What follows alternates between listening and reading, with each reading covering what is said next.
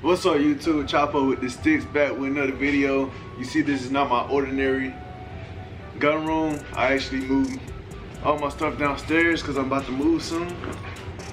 But I got something to show you guys. Another unboxing.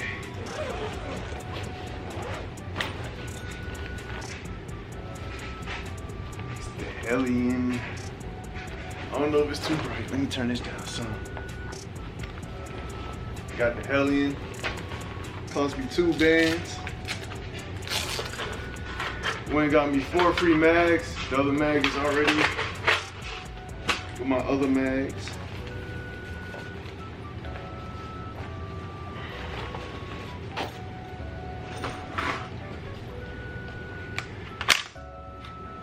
It's clear.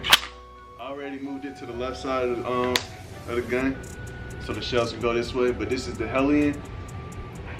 I see my gun store posted it, and I went there right away and got it. We got a spring-loaded buttstock, ambidextrous charging handle, go both ways, ambidextrous safety, and this trigger is something else.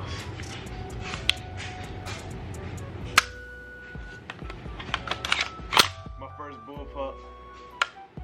Everybody say the trigger is trash, but I like it.